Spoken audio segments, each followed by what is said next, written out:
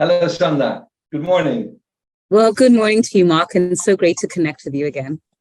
Likewise, likewise. I think we're both big fans of Jeremy and his Peace One Day organization, and it's brilliant that he's brought us together for this chat. Thank you for making the time. I know it's a very busy time at the United Nations. Let me go quickly into some questions that I think everybody really would like to know a bit more about. You've been a great supporter from day one for Peace Day and Peace One Day, and I'd love to know a little bit more about why. What is it that attracts you to the organization? Well, great. As I said, thank you for the opportunity and great to connect again. But look, I think at the most fundamental, without peace, there really can be no progress.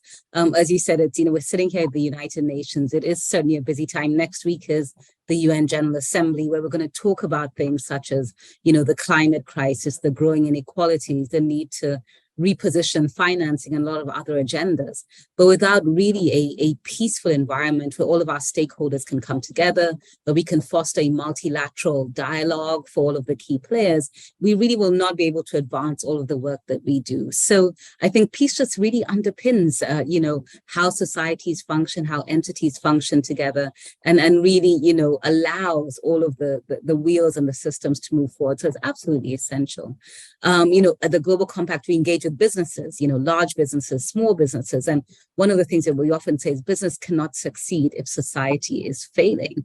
So, from a very narrower view around business and the private sector, peace is absolutely essential for jobs to be created, for jobs to be sustained, for businesses to produce products and services, and businesses to sell and trade in those products and services as well. Peace, I think, also allows for the respect of many rights, dignity, equality, gender, all thrive within an environment of peace. So lots of areas where peace truly underpins, normal societal functioning. Yeah, that's very clear. And you alluded to it already a little bit, but of course, I know you as the United Nations Global Compact leader, but not everybody knows exactly what you do as an organization. Would you mind just giving a little bit of background on your organization? Absolutely. And I'll go back to the year 2000, where we were founded by the then Secretary General Kofi Annan. And in his view, he felt it was important to create an entity that would bring a human face to the global market. Back then, big business was thriving, but there's also, a moment where people were examining what the role of capitalism is and was, and looking at the role of business and the opportunity actually of engaging business in the agenda of the United Nations. So hence the Global Compact was born. The Global Compact is a membership-based organization. Organizations who their CEOs sign up and they commit to adhering to, adopting, and advocating for a set of principles that we believe are fundamental for responsible business. And these are, commitment to environmental protection and advancement, respecting and promoting human rights, labor rights, and also working to eliminate corruption in all its forms. So some underpinning principles. To date, from when we started in 2000, there were 40 or so bold companies that stood up at that point in time. We're now grown up to about 18,000 companies in over 100 countries, with local networks or chapters in over 60 countries. So we're growing our footprint, as we say, but we certainly have a lot more that we could do in terms of growing our business membership and making sure that we can advance the work that we do. Well, that's clear. So any organization that is attracted by that proposition definitely should look more into it. What we shared, you mentioned the human aspect. The Institute for Real Growth, of course, runs the Humanized Growth program. Kofi Annan's, nephew ran the program, and two of your team leaders have also done that. We share that. And the real focus there is, what is the role of business in driving this change? How do you see that? I think if you look at the world right now, business plays a role in all economies in all countries. There's multinationals who are doing big business, moving goods and services and people across borders. There's SMEs that at their, perhaps their most basic level are, facilitating trade between households. They're creating jobs for young people. A lot of the world's SMEs are driven and led by women and youth. So, business drives and plays a critical role in economies. But there's a couple of things about business that I do want to talk about that are important. Number one, the job creation element is absolutely absolutely important. Most jobs are created within the private sector, outside of the public sector. We know that when people are in employment, when they're able to serve with dignity, when they're able to take an income home that is definitely above and beyond a minimum wage, but looking at a living wage, societies are more integrated, they're more peaceful, families and communities function a lot better. Incomes are not simply essential for income's sake. It then drives access to healthcare, access to education, more sustainable, agriculture and food. So, first, just from the very fact that business creates jobs is absolutely critical. Second, and we see a lot more of it, is that business and business leaders do want to be part of solution finding. Next week is a high-level week here in New York, and, thousands of business leaders are coming here saying we want to sit side by side with policymakers, with governments, to see how we can help shape solutions. It's very clear business has technology, it has access to markets, it has insights from consumers, the ability to invest financing in different ways into initiatives that advance peace and the sustainable development goals. So I think business is really critical to everything that we do. A lot of times, and we've talked a lot about principles and the sustainable development goals. Perhaps more commonly used is the ESG framework, the environmental, social, and governance frameworks. But either way, and you always say the ESGs were also coined within, the setting of the Global Compact. It's really about how businesses can be more responsive and not solely focus on profit, but the fact that profit and purpose and people can actually coexist and go hand in hand. Statistics do show and demonstrate that businesses that embrace ESG or sustainable development or 10 principles actually do better financially as well. Yeah, that's so clear. And I think it's a challenge we share. And I would encourage organizations that are thinking about this to sign up to the Global Compact. I think a lot of business leaders, what we see in our program is want to do the right thing, but they're hesitant. And you mentioned ESG a few times. That term, of course, in some places has become almost poisoned.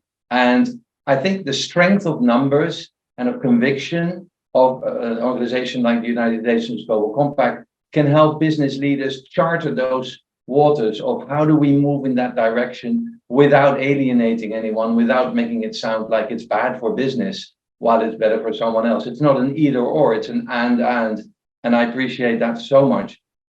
If I may, just one last question. So if I'm a business leader and I'm seeing this landscape and I need the support, my heart wants to do the right thing. My people are telling me and asking me, perhaps demanding me to do the right thing. The community is louder and more demanding, but also my shareholders are more loud and more demanding. What can the United Nations Global Compact offer me to really help me move in the right direction? Absolutely, and that's a great question. A question we get asked, a number of times. I remember when I first joined, I said, in my initial conversations, this was 3 years ago, the question I heard most from business leaders is how. We're no longer debating the what, which is really good. I mean, we're very clear that businesses need to be responsible. They need to look at sustainability. They need to be inclusive. It's how do we get there? That's one. I want to add in another layer of complexity, Marc, which will reflect on a survey that we did last year of close to 2,000 CEOs, where they all said, because of the recent crises we've had, be it conflict, be it COVID, be it the climate crisis, challenges around accessing capital, business leaders are finding themselves in a very unique position that they haven't been in before, where the biggest challenges they're facing today have nothing to do with business product, but they're to do with all these existential issues. So you're a CEO who's hired in to sell widgets, but now you have to deal with the climate crisis. You have to deal with widening inequality. You have to deal with hyperinflation. They're not necessarily always tooled up for this. And I think it was a frank piece of reflection and acknowledgement that leadership is so much more, business leadership is so much more than simply leading a business. That is a huge challenge, but it is such a great opportunity to shape direction for economies, for companies, for industries, and then certainly to contribute to countries and their progress. And then what do we do as a Global Compact? I mean, I'd say there's 4 key things. First, we provide through a series of tools, content, and learning platforms, the opportunity to learn. Because as you say, this isn't necessarily always what you learn in business school or in leadership school. So what does, climate action look like and mean? How do you embed certain principles within your organization? How do we look at frameworks such as guiding principles on human rights and make them relevant for business? That's the first. So there's a learning environment.